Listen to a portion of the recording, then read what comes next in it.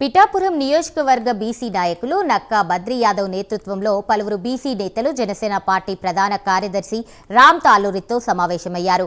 పార్టీలో బీసీ కమ్యూనిటీకి సరైన ప్రాధాన్యత కల్పించాలని కోరుతూ రామ్ తాలూరికి వినతి పత్రం అందజేసినట్లు బద్రీ యాదవ్ తెలిపారు.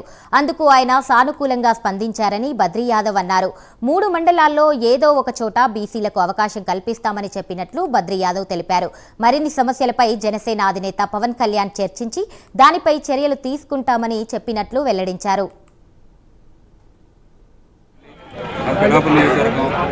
ఈరోజు మండల కమిటీ జరుగుతున్నాయని చెప్పి తాలూరు రామగారిని బీసీలకి కొన్ని పోస్టులు ఇవ్వాలి, కొన్ని హోదాలు కల్పించాలని చెప్పి డిమాండ్ చేసి లెటర్ రూపంగా సార్కి రాసి ఇవ్వడం జరిగింది.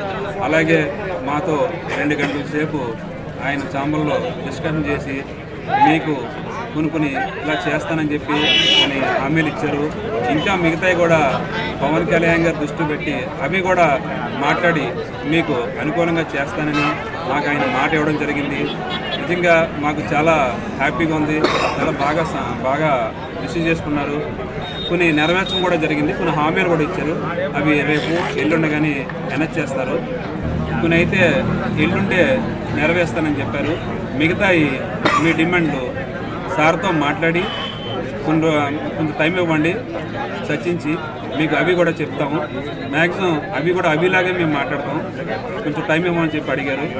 సరే దానికి మేము అన్నాం.